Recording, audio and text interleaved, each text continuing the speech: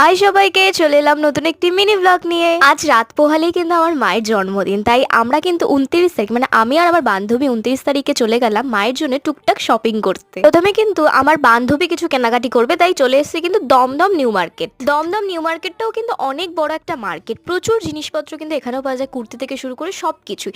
তারপরে আমি একটু এটিএমে চলে গেছিলাম, এটিএম থেকে টাকা পয়সা তুলে তারপরে কিন্তু ঢুকবো ট্রেন্ডসে। আমার বাড়ি থেকে খুব একটা দূরে কিন্তু এই ট্রেন্ডসটা পড়ে না, মানে অটো করলেই 10 মিনিটে চলে আসা যায় এই ট্রেন্ডসে। আর এই ট্রেন্ডস থেকেই আমি শপিং করি, কারণ ট্রেন্ডসের কুর্তির কালেকশন কিন্তু আমার সবসময় ফ্যাব লাগে। তাই মায়ের জন্য প্রথমে দুটো কুর্তি নিয়েছি, আর কুর্তিগুলো তোমাদের দেখিয়ে দিলাম কি সুন্দর সুন্দর লাগছে। দুটো কালারই কিন্তু আমার মাকে খুব সুন্দর লাগবে।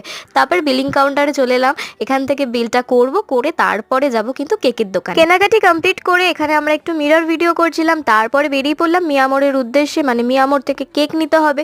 আর কোন কেকটা নিলাম সেটা কিন্তু পরের পার্টে আমি দেখাবো। এখন মতন টাটা।